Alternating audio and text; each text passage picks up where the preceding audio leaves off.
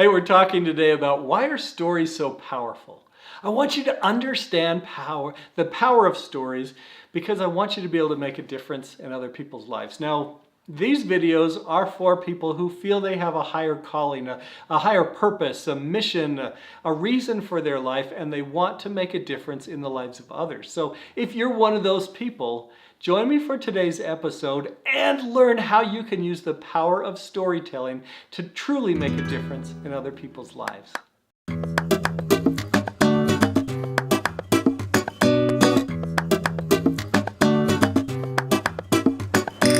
Okay, so I speak a lot to a lot of different people. I do a lot of presentations. I'm a commercial filmmaker. I create other people's stories a lot of times. And I have learned about the power of storytelling. And one of the things that I have realized is that in stories, we remember them. They become a part of us. Stories give us the framework for living.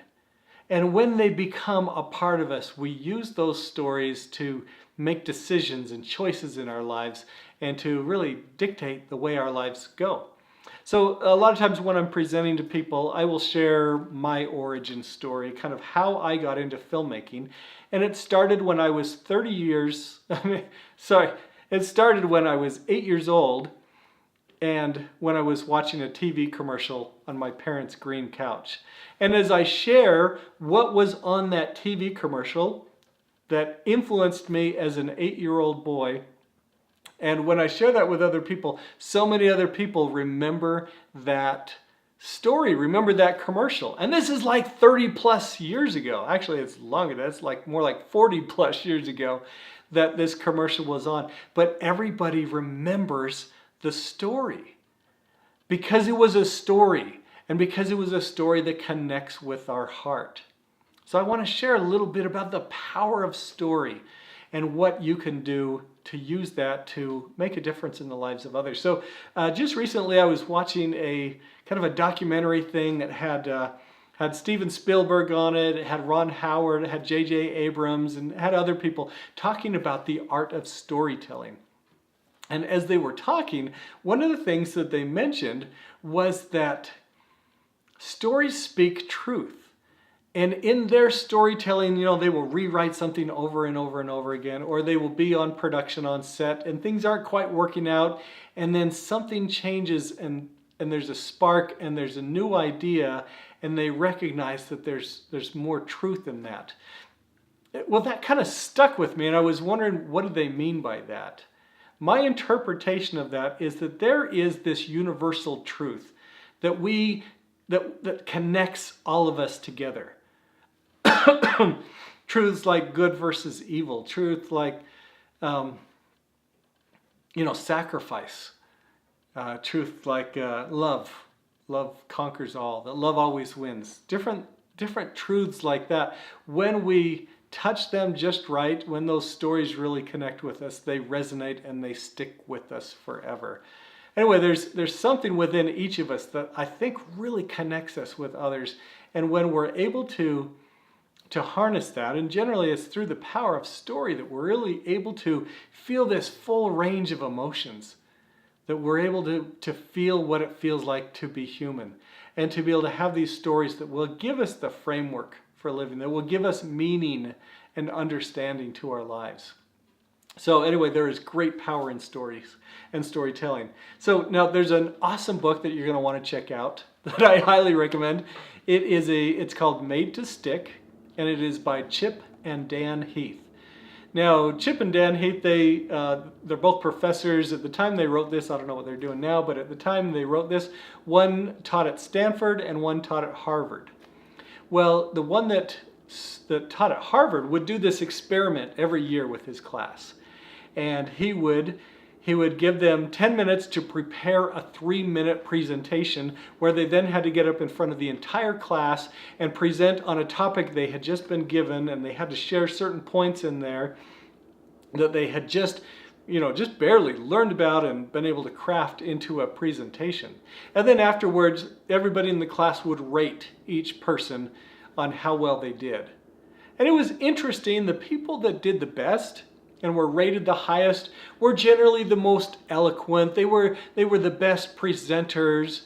Maybe they were the sharpest looking. Maybe they had good, body language. I don't know, but it was kind of, the ones that they expected to do the best did the best. And you got to understand, these kids are not slackers, right?